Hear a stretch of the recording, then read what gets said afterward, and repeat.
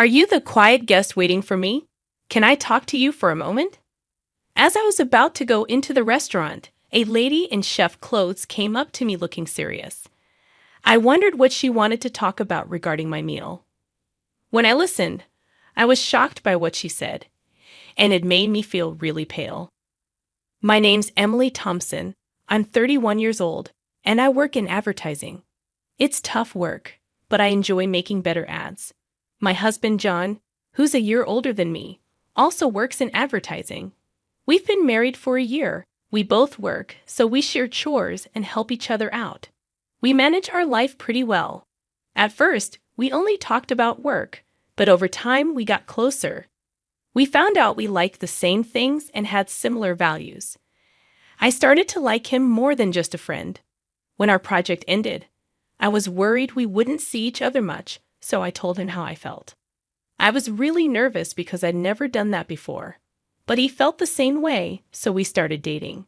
A year later, he proposed, and we got married. Before we got married, John told me he'd been married before and divorced. They were married for a year and didn't have kids. They split up because they didn't agree on things. It seemed like John was sad about it. He was a bit cautious about love because of what happened before.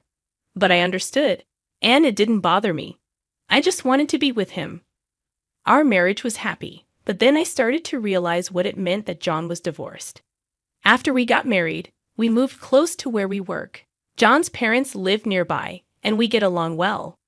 Our life together has been better than I thought. I was worried about living near my in-laws at first, but they'd always been nice to me because we both we're busy during the week. But on weekends, we spend a lot of time together. We both like cooking and trying new recipes. It would be nice to go out to eat sometimes too. But I have an allergy to certain fruits like strawberries and apples, which belong to the rose family. Even if a dish seems safe, these fruits might be hidden inside, making it hard for me to eat out. Even a tiny bit of contact with these fruits makes my skin turn red and swell. I feel bad asking about ingredients at restaurants and have started avoiding dining out because of this. I developed this allergy as an adult, which was surprising at first. I remember a time when I ate a lot of strawberries and my mouth swelled up, making it hard to breathe. Finding out about this allergy meant I could no longer eat my favorite fruits like strawberries, apples, pears, and peaches, which made me sad. I've had allergic reactions even after eating food I thought was safe, which made me more nervous about eating out or buying ready-made meals. This added stress to my life. Because of this, I became very careful about checking ingredients, even during meals with my husband. Although I felt sorry for always checking, I couldn't relax without making sure everything was safe.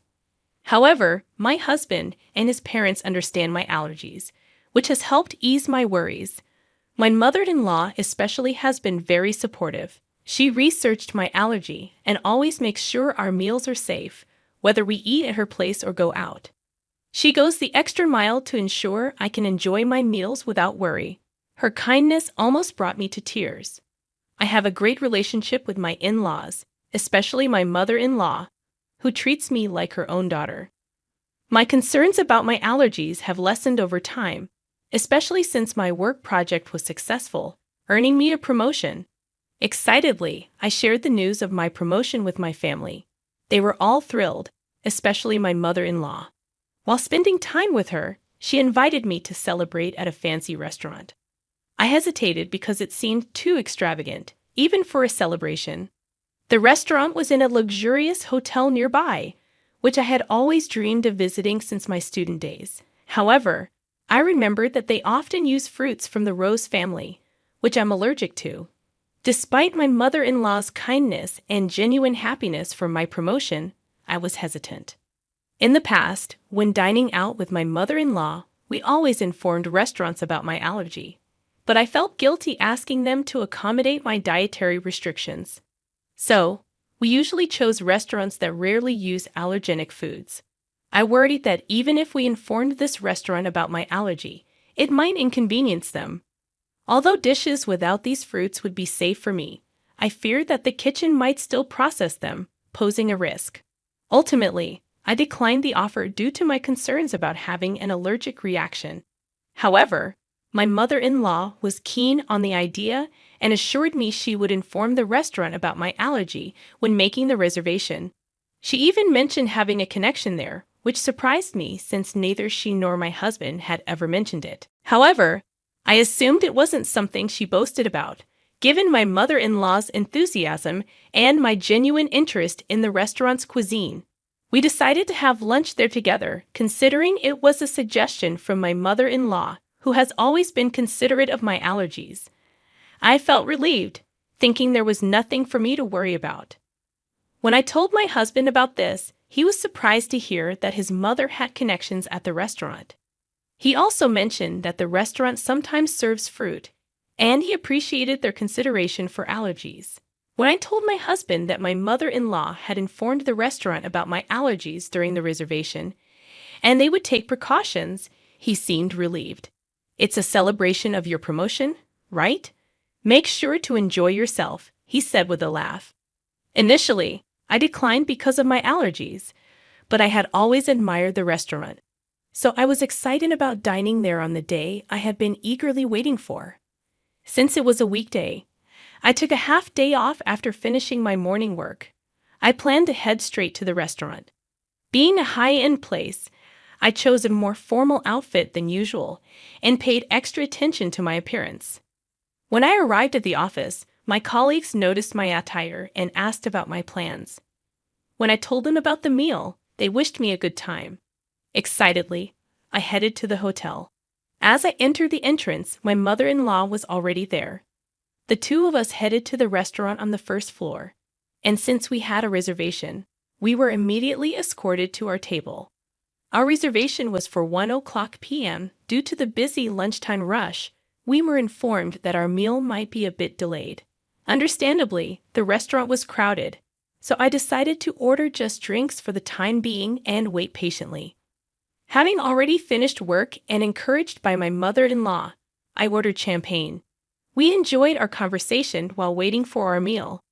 The champagne tasted better than any I'd had before, and with the effects of the alcohol and the excitement of dining at a long-awaited restaurant, I was in high spirits. Watching the delicious-looking dishes at neighboring tables only increased my anticipation. Suddenly, my phone rang from inside my bag, and I realized I hadn't turned it off during our meal.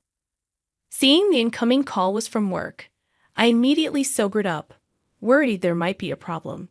Excusing myself from my mother-in-law, I stepped outside to take the call, ensuring privacy in case of sensitive information. The call was about a document I had submitted earlier that day, and my colleague urgently needed clarification. Relieved that it wasn't due to an error on my part, I answered their questions and wrapped up the call in about 5 minutes. As I was about to return to enjoy my meal, an unfamiliar woman approached me. She asked if I was the customer who had made a reservation for today's meal. Dressed as a chef, she seemed rushed and concerned. I was puzzled but answered her questions. However, her face turned pale, and she urgently told me to leave the hotel immediately, saying it was dangerous to go back to the restaurant. Suspicious of her intense demeanor, I asked for clarification. When I understood the situation, I felt the blood drain from my face. I quickly hailed a taxi waiting in front of the hotel and headed home. That evening, my mother-in-law called, furious that I had left her at the hotel and returned home without saying anything, causing embarrassment. My mother-in-law was furious about me leaving without a word, especially since she had reserved a special course to celebrate. She began to berate me, which was completely out of character for her. I had always seen her as kind and gentle, but she was yelling at me with such intensity that I started to doubt the image I had of her. Usually, I believed the kind mother-in-law I knew would be concerned if I left without saying anything, but now she seemed solely focused on scolding me. As she continued, she even criticized my parents and how they raised me. Her anger was so intense that I began to wonder if the rumors about her were true. Even as she yelled at me, I stayed silent, trying to process what was happening. Finally, when she seemed to calm down a bit, I quietly asked her about informing the restaurant about my allergies. She had assured me that she had done so, but the restaurant wasn't aware of my allergies at all. In fact, the meal they served had ingredients that I was allergic to, not just in the dessert, but also in the main courses. These allergenic ingredients were used in marinades and sauces, which weren't obvious just by looking at the food. The woman who approached me earlier had taken the reservation call from my mother-in-law and hadn't been informed about my allergies. She noticed the allergy badge on my bag and came to check, being the chef responsible for our meal that day. If she hadn't informed me, I would have unknowingly consumed the allergens, which could have led to a severe reaction. Initially, I doubted that my mother-in-law would purposely expose me to allergens, but considering the woman's actions and knowledge about my mother-in-law's true nature, I quickly believed her. This woman turned out to be my husband's ex-wife, Kate Young, who now works under her maiden name. She assumed I was the new wife because she believed my mother-in-law wouldn't have female friends, especially someone of a similar age. Before they married, Kate lived with my husband's parents and faced mistreatment from my mother-in-law. She, too, initially believed my mother-in-law was kind and gentle, but she realized the truth once they started living together. Kate wanted to discuss this mistreatment with her husband, but whenever he or my father-in-law wasn't around, my mother-in-law criticized her relentlessly for her housework and cooking. Despite her culinary skills from attending a professional cooking school, my mother-in-law still found faults with her dishes, even throwing them away sometimes. The ex-wife, feeling that her complaints would be ignored, aimed to gather evidence of her mistreatment by my mother-in-law. However, as a full-time housewife, she lacked funds and was constantly watched by my mother-in-law. Unable to gather proof and with no one to confide in, she felt trapped in her situation. So she chose to divorce and sought employment using her culinary license. Luckily, she landed a job at the restaurant, where she worked diligently and eventually became a full-fledged chef.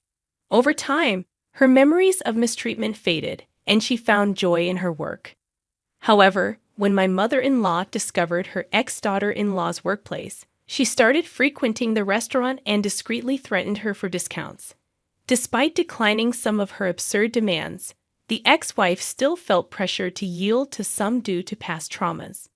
The connection my mother-in-law mentioned referred to the ex-wife. When I questioned why my allergies weren't communicated to the restaurant, my mother-in-law pretended not to know. She claimed she must have informed them, shifting the blame to the restaurant staff. However, knowing that the reservation call was handled by the ex-wife, it's likely that my mother-in-law deliberately didn't mention my allergies, intending to blame the restaurant. But I was already onto her game. Considering the restaurant's strict guidelines on allergies and the recording of calls for dispute resolutions, it was clear that they would have accommodated my dietary needs if informed. Facing the undeniable evidence, my mother-in-law, not anticipating recorded proof, fell silent. I pressed on, questioning why she hadn't mentioned my allergies this time. Until now, she had always been cautious and concerned about them. I couldn't imagine why she would act this way, given our previously good relationship. I sought an explanation, shocked by her behavior. After a brief silence, she defiantly shouted, revealing her envy and resentment towards me. She despised me for receiving praise at work and being more liked in the neighborhood than her. Arrogantly, she claimed that even if I spoke out, no one would believe me. Her outburst left me stunned. It was hard to believe she was capable of such actions. However, I had collected evidence to reveal her true nature and confronted her with it. Everyone present, including my parents and my husband John, had heard her berate me and admit to purposely exposing me to allergens. After leaving the restaurant, I had immediately gone to my parents' house and had John join us. We discussed our next steps when she called, so I swiftly switched the call to speaker and started recording it for evidence. As a result, we had her incriminating statements on tape.